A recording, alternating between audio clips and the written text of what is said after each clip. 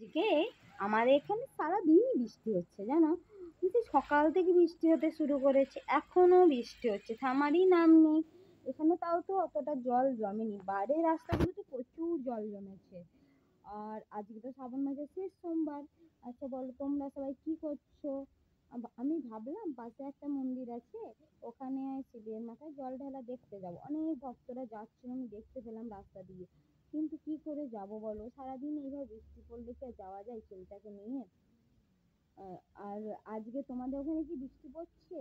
তোমরা কি করে আনন্দ করছো আজকের দিনটা? আমি তো ছবিতে দেখতে পাচ্ছি তোমরা খুবই আনন্দ করছো, কত পোস্ট দেখলাম, বাপরে কত আয়োজন।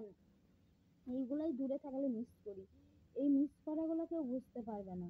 আর তুমি যদি একা থাকো তাহলে তো হয়েই গেল। আর আমি অনেকটা সময় একা থাকি, মনে হয় মাঝে মাঝে মনে হয় আমি ডিপ্রেশনে চলে যাচ্ছি, এত বিরক্ত লাগে কি বলবো তোমায়।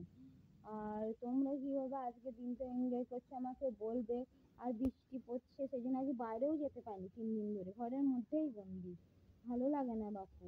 বৃষ্টি ভালোবাসি, তাহলে এতটা বৃষ্টি বেশি ভালোবাসি না।